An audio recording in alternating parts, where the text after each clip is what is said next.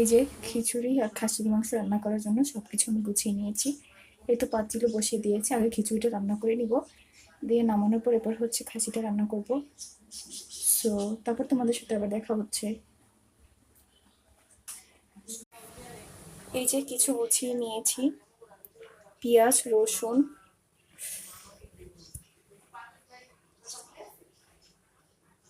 এই তো এই যে পেঁয়াজ রসুন কেটে নিয়েছি কিছু। এই যে দেখো ভেজে নিচ্ছি রান্না করার জন্য।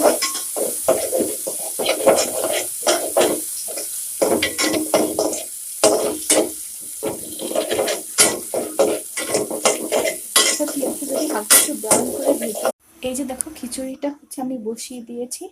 এরপর হচ্ছে নামানোর আগে এই তো কাঁচামরিচ দিব, ঘি দিব, ঘি দিয়ে এটা নামিয়ে ফেলবো। সো এটা হইতে থাক,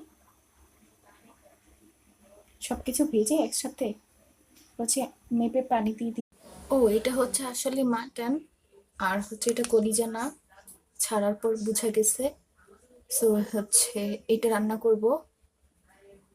তো পরে হচ্ছে এটাকে প্রসেস করে নিই আমি। সো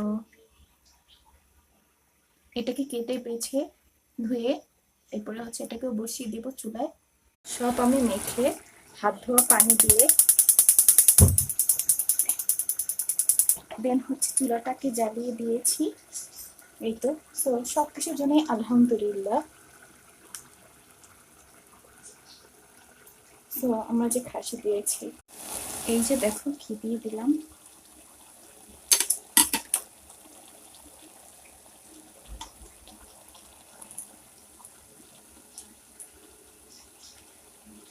তো হয়ে গেছে, কিন্তু আমি নামিয়ে নেব।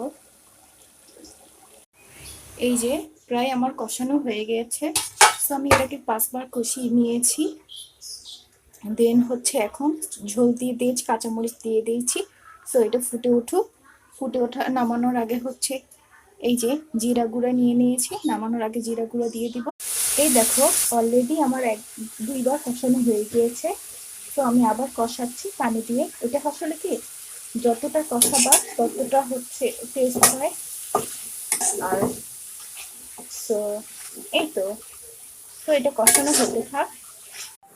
এই যে দেখো দুপুরের মেনুতে হচ্ছে এখানে হচ্ছে খাসির ঝোল করছি হালকা।